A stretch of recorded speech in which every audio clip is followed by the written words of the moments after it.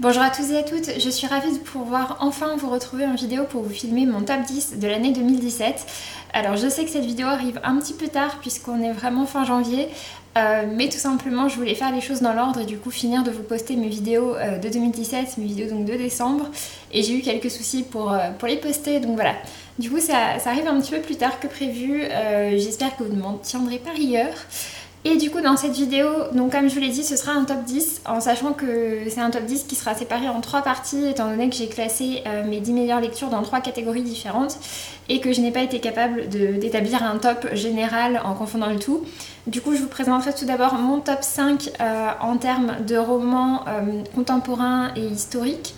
Ensuite, mon top 3 en termes d'imaginaire et pour terminer, mon top 2 en termes de romans graphiques.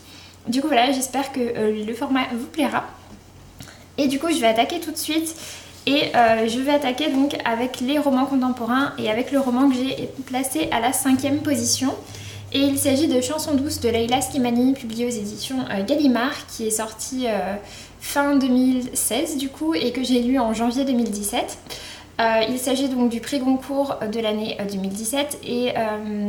enfin de l'année 2016 du coup, de fin 2016 je crois, et c'est un roman que j'ai vraiment beaucoup aimé, c'est un roman qui a beaucoup fait parler de lui. En fait donc on y suit une femme qui s'appelle Myriam, qui est mère de 2 enfants qui sont vraiment jeunes et elle commence à s'ennuyer un petit peu, ça fait quelques temps qu'elle n'a pas travaillé étant donné qu'elle a eu ses 2 enfants à la suite et du coup a enchaîné ses 2 congés parentaux. Et du coup, elle décide enfin de reprendre le travail, mais pour ça, elle doit trouver la babysitter idéale pour s'occuper de ses enfants. Et c'est ce qu'elle va trouver en la présence de Louise, il me semble, c'est ça, qui va devenir vraiment leur nounou et elle paraît être en tout point la femme parfaite pour s'occuper de leurs enfants puisque voilà, elle se rend quasiment indispensable pour eux en fait. Sauf que le roman commence par une scène absolument tragique où on voit Louise commettre un acte.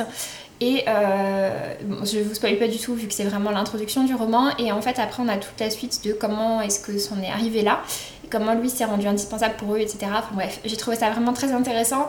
Alors c'est presque plus un thriller psychologique qu'un roman contemporain, même si l'aspect roman contemporain est très présent dedans également.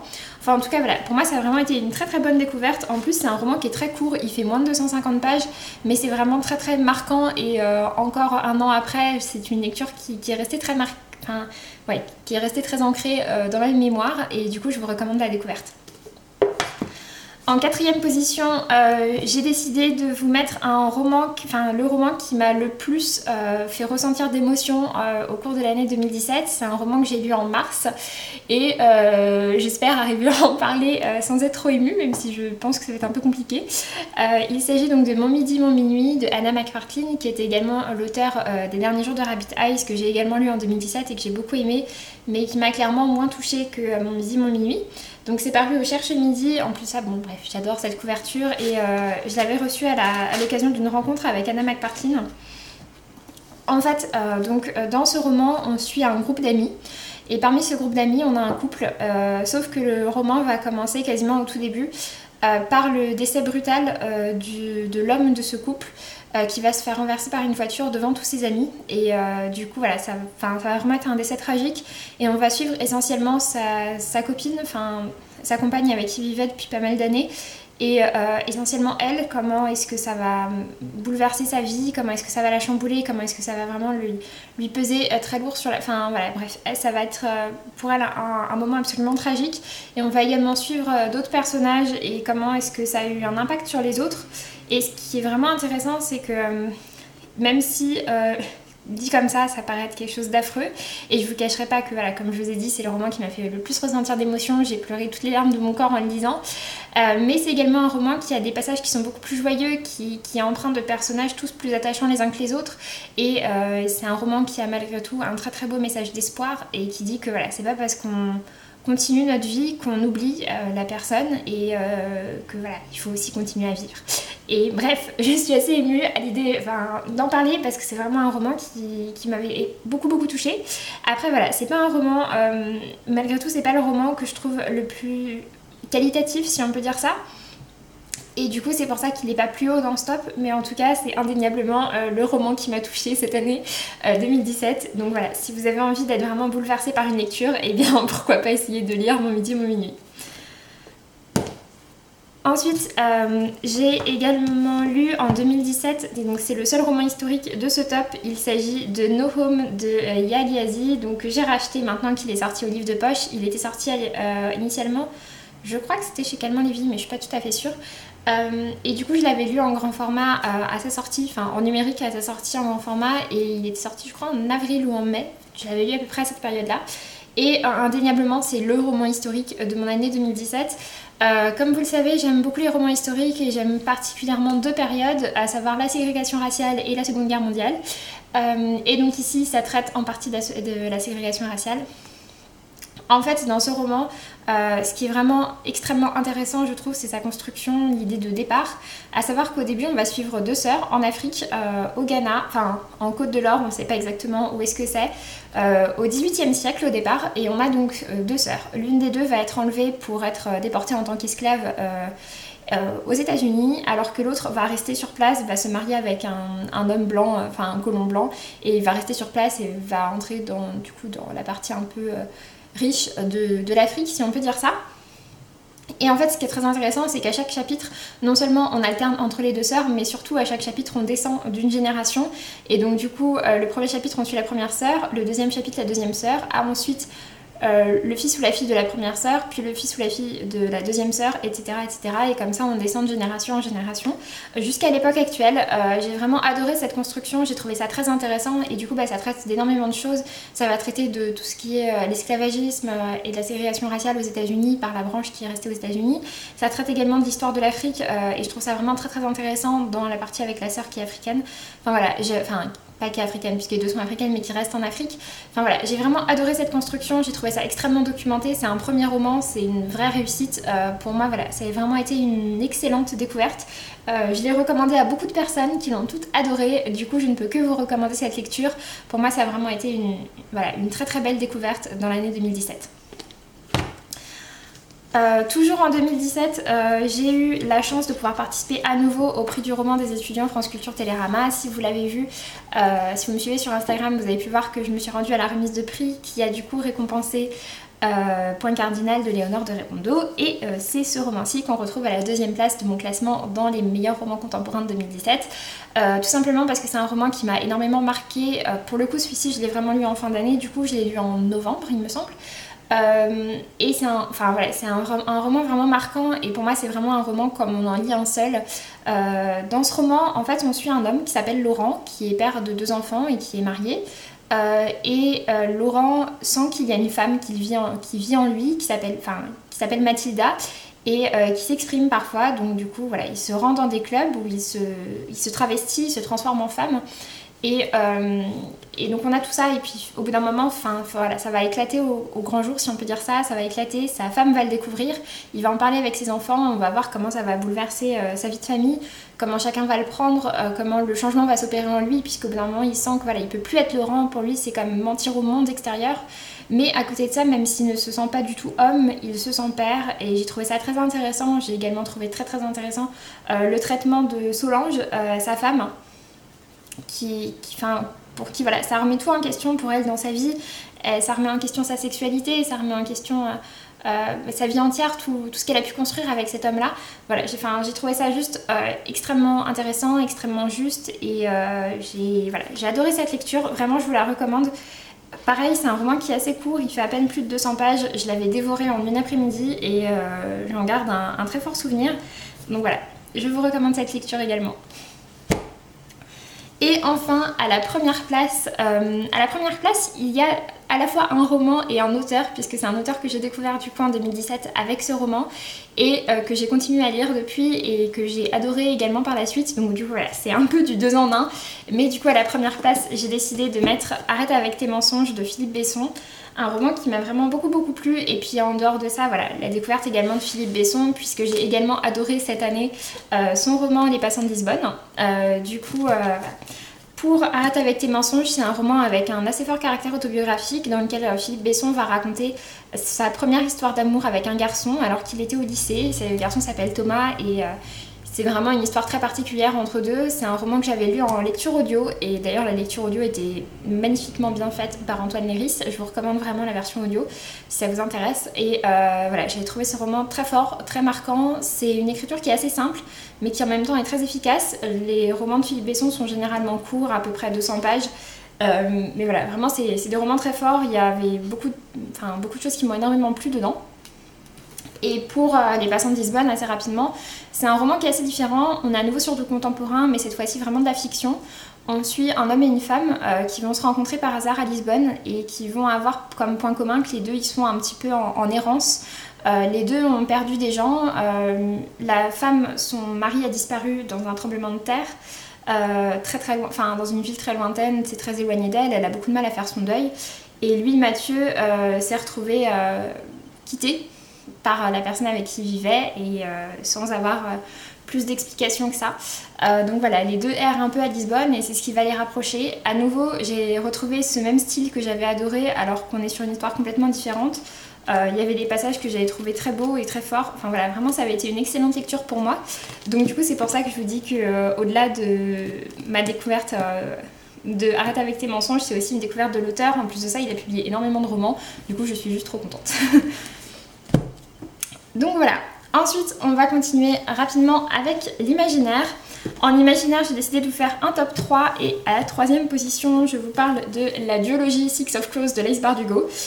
Publié chez Milan. C'est un roman dont vous avez probablement beaucoup entendu parler, que j'ai un petit peu tardé à commencer à lire. Mais donc Six of Crows, c'est tout simplement l'histoire d'une espèce de quête qui est menée par 6 hors-la-loi. En fait, c'est l'un d'entre eux, Casebreaker, qui est un très jeune hors-la-loi, un peu un prodige des hors-la-loi, qui est contacté pour une mission un peu spéciale. Et pour accomplir cette mission, il va réunir autour de lui 5 autres brigands, et donc ils vont former les Six of Crows. Et pour cette mission un peu spéciale, ils doivent s'infiltrer dans un palais pour le premier tome afin de récupérer quelque chose de précieux. Et du coup voilà, c'était vraiment très intéressant. C'est de la fantasy, c'est classé en young adult, même si ça peut être lu même si vous aimez la fantasy plus adulte, puisqu'on ne retrouve pas énormément de codes du young adult. En gros, les personnages sont adolescents, mais ils ont entre 17 et 25 ans, je dirais, peut-être entre 15 et 25 ans, peut-être si on prend les plus jeunes et les plus vieux. Et il y a beaucoup d'action, il y a un très fort rythme, etc. Mais en dehors de ça, ça ne fait pas spécialement adolescent. Donc voilà, c'est vraiment un roman que j'ai adoré. Le tome 2 également m'a beaucoup plu, même si j'ai plutôt préféré l'histoire du tome 1. Et puis voilà, pour ma part, j'avais un très très fort amour pour le duo de Nina et Mathias. Et c'est vraiment des personnages que j'ai adoré suivre, tout comme Inès également, l'autre personnage féminin. Enfin voilà, je trouve que c'est vraiment des personnages qui sont très forts. L'univers est très sympa. Après, ça a manqué un petit peu de développement pour moi, qui aime vraiment la fantasy et notamment les descriptions. Mais en tout cas, pour moi, ça a été une très très bonne lecture, une très bonne découverte. Je suis contente d'avoir enfin franchi le pas de la découverte de Six of Crows. À la seconde position, en termes d'imaginaire, j'ai décidé de mettre cette fois-ci une trilogie, puisque je l'ai lu intégralement en 2017, et il s'agit de la trilogie Le Paris des Merveilles de Pierre Pével, que j'ai donc pour la part chez Folio SF, sinon il s'était sorti en grand format chez Brajlon. Et donc le premier tome, du coup Les Enchantements d'Ambremer, le second Les Élixirs d'Oubli, et le troisième Le Royaume Immobile. Donc pour cela, ce sont des enquêtes à la Belle Époque, donc autour de... je sais plus quoi... je crois que c'est dans les années 1880 peut-être, je ne me souviens plus exactement. Enfin voilà, du coup ça se passe à Paris à cette époque-là. Du coup c'est un Paris un peu alternatif. Il y a un côté un petit peu steampunk, mais il y a également un côté alternatif puisqu'en fait le monde des fées, enfin le monde imaginaire en gros est un petit peu trop près de Paris, et du coup il y a pas mal de courants entre les deux, et du coup des créatures imaginaires peuvent passer dans le Paris normal. Du coup les gens savent qu'il y a des mages, qu'il y a des fées, qu'il y a des gobelins, etc. qui peuvent se promener dans Paris, et c'est plutôt bien accepté, enfin plus ou moins suivant les créatures. Mais en tout cas voilà, et puis à l'intérieur de ça, du coup à chaque fois ce sont 3 petites enquêtes policières dans lesquelles on va suivre un duo qui est absolument détonnant et qui est magnifique, enfin qui fonctionne à merveille, que j'ai adoré et qui pour moi est vraiment la force du roman, à savoir le duo entre Louis Denisard, Hippolyte Griffon et Isabelle de Saint-Gilles, la baronne. Donc lui est un mage, elle est une enchanteresse, donc une fée qui a passé un peu trop de temps loin de l'outre-monde, donc le monde imaginaire, et qui du coup a perdu certains de ses pouvoirs. C'est un duo qui fonctionne à merveille, qui est super drôle, l'écriture est très dynamique et très sympa à suivre. suivre. L'univers est juste génial pour ma part, genre j'aimerais tellement y être, y être dans cette version alternative de Paris qui a l'air juste géniale. Donc voilà, pour ma part ça a vraiment été une très très bonne découverte. Je vous recommande vraiment cette série, ça se lit tout seul, c'est très sympa et voilà, vous passerez très certainement un très bon moment avec. Et enfin, à la première place, j'ai décidé de vous parler des Seigneurs de Bohême d'Estelle Faye. Bon, pour le coup, c'est pas une découverte Estelle Faye, contrairement à Philippe Besson, puisque j'avais déjà lu sa trilogie de la Voix des Oracles. Mais il faut, pour tout vous dire, j'ai également adoré cette année Un éclat de givre, même si j'ai préféré Les Seigneurs de Bohême. Dans Les Seigneurs de Bohême, on est sur un roman de fantasy adulte, pour le coup. C'est un roman qui est en plus assez long quand même. Il fait quelque chose comme quasiment 600 pages, mais c'est un one-shot. Et en fait, dans ce roman, Estelle Faye va nous emmener dans un monde complètement imaginaire qu'elle a créé. Et dans ce monde, on va suivre 3 personnages principaux. On a tout d'abord Maëve, qui est une sorcière des Havres, donc qui contrôle en partie la mer, certains éléments, certaines choses. Et on a également un ancien soldat qui est assez particulier et qui fait un peu flipper tout le monde, Saint-Étoile, et un dernier personnage, je sais plus comment il s'appelle, Wens je crois, oui c'est ça, qui a un clerc qui est un peu particulier, enfin bref voilà. Et dans tout ça on va les suivre dans un univers magique avec toute une histoire de prise de pouvoir et ce genre de choses, mais en soi l'histoire n'est pas le plus important dans ce roman, donc voilà, il faut aimer la fantaisie de description, il faut aimer suivre l'évolution de personnages plus que de s'attendre à une histoire qui va bouger dans tous les sens, puisque c'est pas forcément ce qu'on va retrouver dans ce roman. Par contre le traitement des personnages est juste génial et l'univers, l'ambiance décrite également. Estelle Faye a une plume absolument magnifique qui se prête toujours très très bien à ces univers qu'elle crée et à ces personnages. Pour ma part j'ai énormément apprécié le personnage de Maëve et en plus de ça j'ai également beaucoup appris à apprécier Saint-Étoile que j'aimais pas forcément au départ. Ce que j'aime beaucoup avec Estelle Faye, c'est que ses personnages sont généralement pas stéréotypés, enfin pas du tout stéréotypés, ils sont pas forcément hétérosexuels, ils sont pas forcément beaux, ils sont pas forcément les plus intelligents, c'est pas forcément le héros à part entière du roman, mais voilà, c'est des personnages qui sont toujours très intéressants à suivre et du coup pour moi ça a été juste une excellente découverte et j'ai adoré, vraiment voilà, j'ai adoré ce roman. Donc voilà.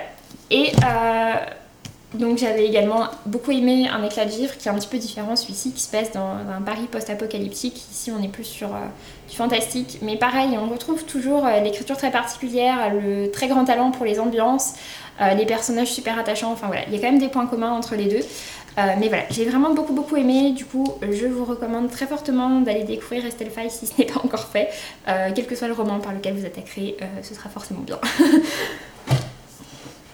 Et donc pour terminer rapidement je vais vous parler de BD. C'est pas forcément quelque chose dont je vous parle beaucoup dans mes tops en général parce que je lis pas forcément beaucoup de BD, c'est pas un univers que je connais énormément, mais il m'arrive d'en lire certaines. Je suis beaucoup, c'est vrai, les recommandations que je peux voir sur Instagram ou ce genre de choses. Vu que je m'y connais pas trop, je vais pas forcément me lancer vers des choses dont j'ai jamais entendu parler, même si c'est quelque chose que j'aimerais bien pouvoir faire, j'aimerais bien maîtriser un peu plus ce domaine-là. Mais du coup voilà, c'est pas, voilà, pour l'instant c'est gentil on va dire, mais j'ai quand même eu 2 BD qui m'ont beaucoup marqué cette année. Presque 3 puisqu'en fait il y en a une autre mais en tout cas pour les 2 dont je vais vous parler, il y a tout d'abord la duologie de BD L'Adoption de Zidrou et Monin. Donc c'est une histoire en 2 tomes qui est terminée et qui traite de l'histoire de Kinaya, une petite fille péruvienne. Ses parents sont décédés dans un tremblement de terre au Pérou et du coup elle a été adoptée par un couple de Français. Seulement ce couple de Français travaille beaucoup et notamment l'été ils ne peuvent pas forcément s'occuper de leur fille et du coup ils vont la confier à leurs grands-parents, aux parents du couple, du coup aux grands-parents et donc on a une mamie qui est complètement gaga de la petite fille qui l'adore dès le début et puis un papy qui regarde ça d'un air un peu plus circonspect au début, qui a un petit peu plus de mal, l'attachement est pas immédiat on va dire. Mais petit à petit ils vont apprendre à s'apprivoiser. C'était vraiment une très belle découverte pour moi dans ce tome 1 qui était... il y a beaucoup de douceur, en même temps c'est pas forcément une BD pour enfants, il y a certaines choses un peu... des thèmes un peu difficiles qui sont abordés et c'est ce qu'on retrouve encore plus ensuite dans le second tome, donc La Guerra, qui parle de thèmes assez différents, qui a pas mal...